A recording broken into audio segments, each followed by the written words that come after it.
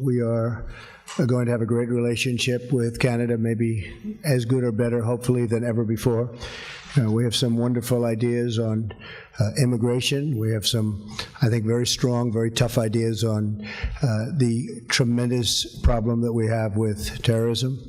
And I think when we put them all together, which will be very, very quickly, we have a group of very talented people, we will see some very, very obvious results. We're also doing some cross-border things that will make it a lot easier for trade and a lot better and a lot faster for trade. We have, through technology, we have some really great ideas, and they'll be implemented fairly quickly. That is President Donald Trump at a joint press conference with Prime Minister Justin Trudeau. And I have to say that my expectations were exceedingly low for Justin Trudeau. I was very worried that he would try to scold the president or in some way try to virtue signal as he does politically at home, but he avoided that instinct. He kept it in check, and Donald Trump, I thought, put his best foot forward too. I don't think it was the warm relationship that Donald Trump has with British Prime Minister Theresa May, or even with the Japanese Prime Minister Shinzo Abe, who spent a lovely weekend, not only by himself, but with his wife as well.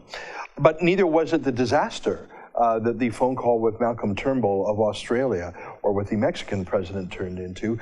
So let's put aside the politics of the personalities and look at what these two leaders actually agreed to in principle. And joining us now, what a great honor to have him back on the show, is our friend Ambassador David Wilkins, who was the U.S. Ambassador to Canada under George W. Bush's administration. He joins us now from Greenville via Skype. Great to see you again, Ambassador. Thank you so much for joining us. Absolutely. Great to be with you, and greetings from sunny South Carolina. Well, it's a beautiful state, that's for sure.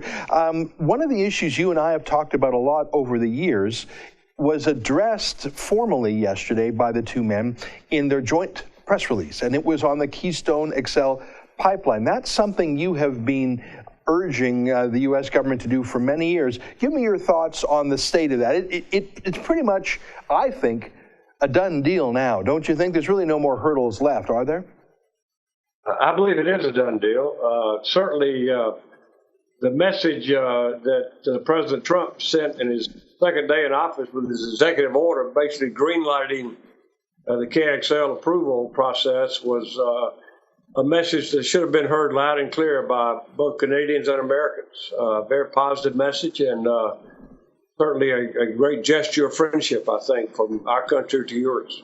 Yeah, I think so too. In fact, I've said that decision by President Trump was probably the best piece of news that my home province of Alberta has had. I mean, not just in the construction itself, but in ending the restriction. I'm not going to call it quite an embargo, but it's certainly the restrictions on Alberta oil exports. And so that's wonderful, and that's something you and I have talked about before. But let's look at some of the other items in their joint communique. I note that President Trump expressed his thanks to Canada for Canada's participation in the war against ISIS. But I also recall, Ambassador, that in his very first phone call with Barack Obama, Justin Trudeau said he was going to pull out our CF-18 fighter jets, and indeed he did. Reading this communique, it doesn't speak to the specifics of whether or not Canada would ever send fighter jets in again. Is that just something that has to be hammered out between the two countries in private, or what do you think is going to happen? Do you think Canada will re-engage in a serious way?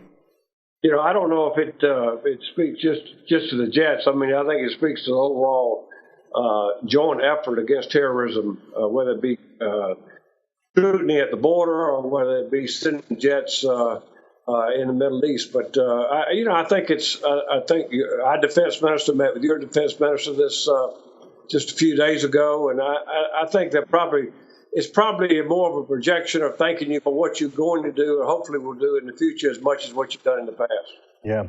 You know, I'm very critical of this Liberal cabinet. Many of them don't have real experience, but the one man in the cabinet who's actually had experience in the field he represents is Harjit Sajjan, our defense minister. I mean, at least he served in theater, and hopefully that will form some sort of personal bond with General Mattis, the U.S. Secretary of Defense. I want to ask you about something that we heard there very briefly from President Trump about immigration. Donald Trump has made that really the centerpiece of his campaign, It's his battle with the courts right now on the 7 suspended countries. Justin Trudeau has been very showy in the other direction, Ambassador. In fact, after President Trump's executive order, Trudeau put out a tweet saying, well, trying to distinguish himself, we're open.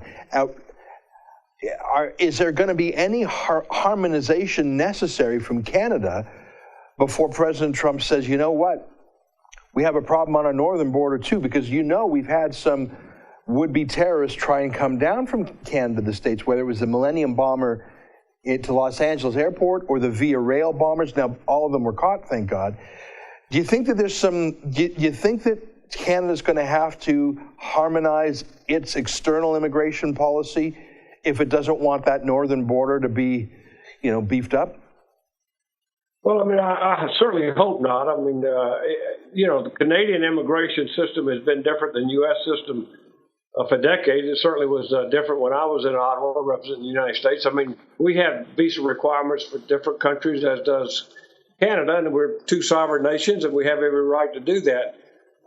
Generally speaking, our immigration is a little bit tighter, I think, a little more restrictive. But that doesn't mean that Canada has to follow suit. But it also means that the U.S. is going to be vigilant and protect its borders, and we're not going to allow folks to come into our borders that we think might represent a potential harm to our citizens. It's really strange, Ambassador. I don't know if you've been following the news. In the last few weeks, the migration across the border has actually been in the opposite direction. It hasn't been Canadians trying to sneak into the States. There have been literally dozens of would-be refugees to the United States who have failed in their refugee applications to the U.S., who have sneaked across the border into Canada, in Quebec, in Manitoba. It's dozens of people walk across from the States to Canada. That's an odd thing. I mean, I never thought that we would be taking refugees from the United States. Do you have any comments on that? Well, you're right. That's unusual. But I guess that's the modern world we have. We have folks coming in here that don't qualify, afraid they're going to get sent back, and perhaps they're looking for another place to go, and that's what you have here. Yeah. I don't want to spend much time on the last item of these of this joint communique. I have to say, and I'm talking about the roundtable on women entrepreneurs. I thought that was a little bit unusual. I wouldn't say that that's the top issue between Canada and the United States. Both countries have full equal rights in every way, legally, morally, politically. There's women at the highest heights in business in both countries. I thought that was an odd emphasis, and surely one that was insisted upon by Canada. I guess no harm done either way. Is there something that you think ought to have had a higher priority? I mean, I like to point out Theresa May got her promise of a free trade deal, very important for the UK. Japan got the president saying, I'm 100% behind Japan on the North Korea threat. Those are really tangible things that I think a lot of their countrymen would say, yeah, that was a win. Is there something, I mean, you speak for America, you actually were the formal spokesman for America in our country, but putting your shoe on the other foot now, is there something you think Canadians could or should ask for from President Trump? Is there something he might give us if we ask for it that would be to our benefit? I know that you're normally on the other side of that, but what would your advice be to Canadians trying to do well under the Trump administration? Well, I think Canadian and Americans both ought to feel very good about that first meeting between our two leaders. Very positive.